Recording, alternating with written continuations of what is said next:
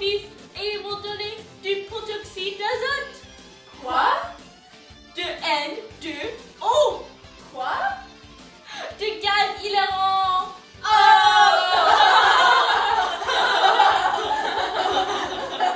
Mais attends, c'est quoi l'azote?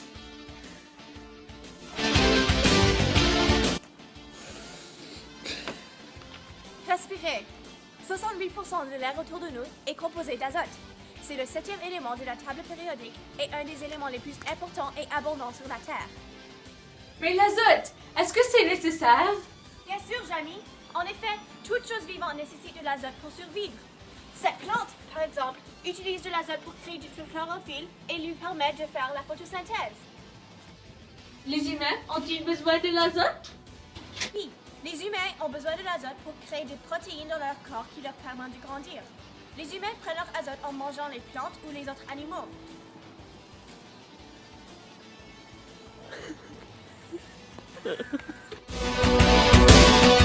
La majorité de l'atmosphère est composée d'azote gazeux, ou N2. Ces atomes d'azote ont un lien fort qui doit être cassé pour que les éléments biotiques puissent s'en servir. Ce processus est appelé la fixation. Une des façons de casser ce lien est par la foudre. Les atomes d'azote sont maintenant libres et peuvent aller former des liens avec des atomes d'oxygène. Ces composés peuvent maintenant être utilisés par les plantes et les animaux aussi. La plupart de la fixation se passe dans le sol. Certaines bactéries peuvent aussi casser ce lien entre les particules d'azote. Les plantes légumineuses ont déjà ces bactéries dans leurs racines. Ils ne doivent pas passer par toutes les étapes du cycle de l'azote pour pouvoir l'utiliser.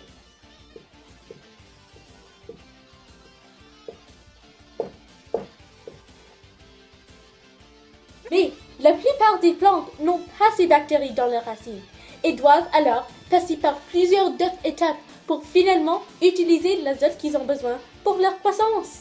Peux-tu m'en dire plus?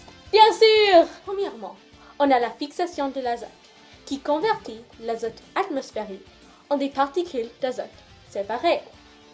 Dans ce processus, certaines bactéries qui vivent dans le sol assimilent cet azote pour créer l'NH4+,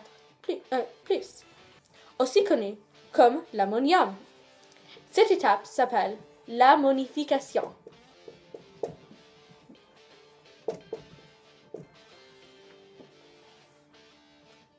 Ensuite, on a l'étape de la nitrification, qui utilise des bactéries nitrifiantes pour transformer les produits de la fixation, comme le NH4+, en NO2-, aussi appelé les nitrites, ou le NO3-, aussi connu comme les nitrates.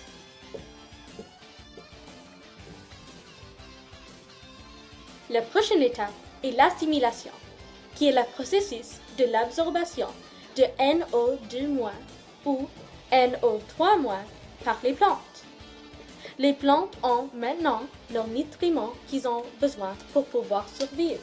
Ensuite, les animaux mangent les plantes ou d'autres animaux pour accroître leurs nutriments nécessaires venant de l'azote. Une fois que les animaux ont digéré leur nourriture, ils produisent des excréments solides.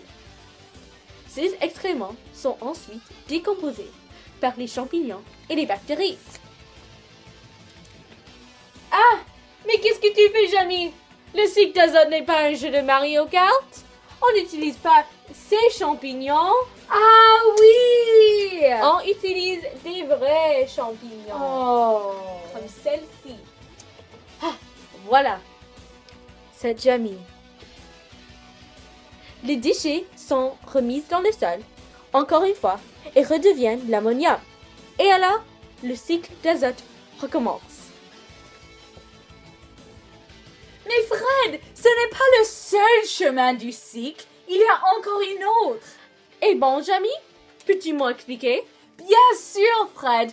Quand l'azote passe par la nitrification et devient le NO2- ou le NO3-, elle peut passer par l'assimilation, qu'on a déjà vu, ou par la dénification.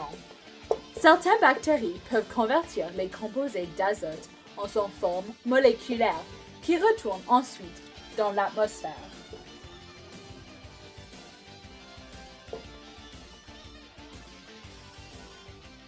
Pour récapituler, ce cycle commence par la fixation d'azote, puis l'ammonification, ensuite la nitrification, qui est suivie par soit la dénification, qui rend l'azote en l'atmosphère, Ou par l'assimilation, qui rend l'azote aux plantes.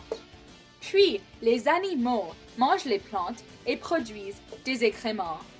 Ces excréments sont décomposés par des bactéries et des champignons, qui font absorber dans le sol sous forme de NH4 ou l'ammonium. Et ensuite, le cycle recommence.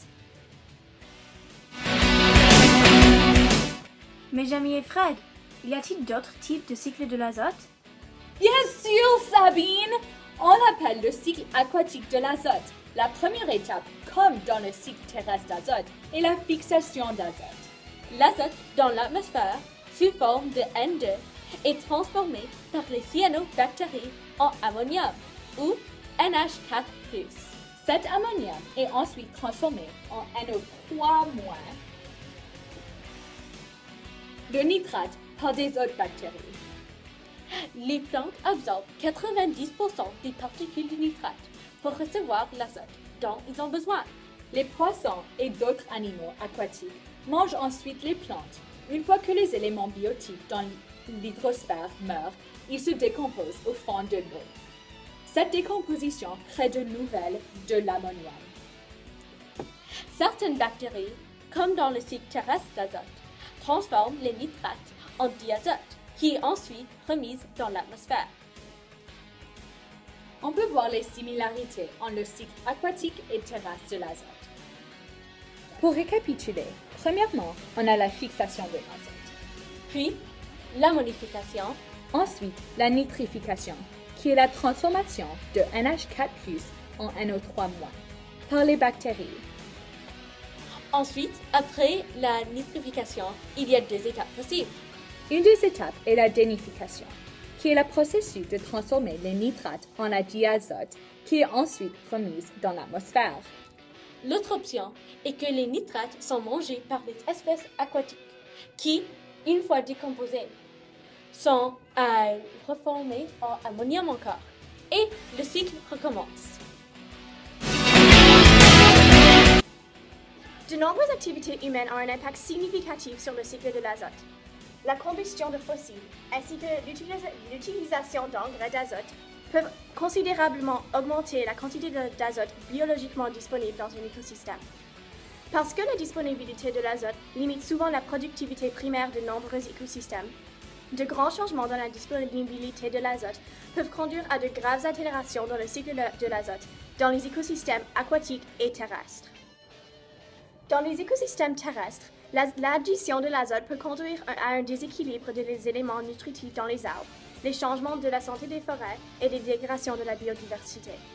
Dans les systèmes agricoles, les engrais sont largement utilisés pour augmenter la production de l'usine, mais l'azote utilisé, habituellement sous forme de nitrate, peut s'infiltrer dans le sol et entre dans les ruisseaux et les rivières, et finalement fait son chemin dans notre eau potable.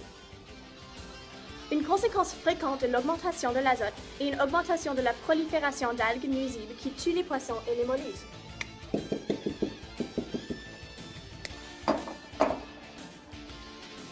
L'addition d'azote industrielle peut conduire à des changements dans la composition de la biodiversité et des espèces qui peuvent conduire à des changements dans la fonction globale de l'écosystème.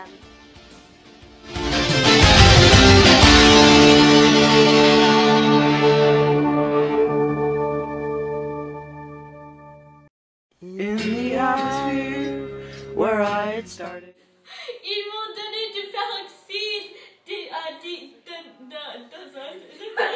d'azote. Non, I don't know. D'oxygène. Mais attends, c'est quoi L'azote. Okay, last time. Mais non, I forgot your name. Une grande partie de l'azote appliqué aux zones agricoles et urbaines en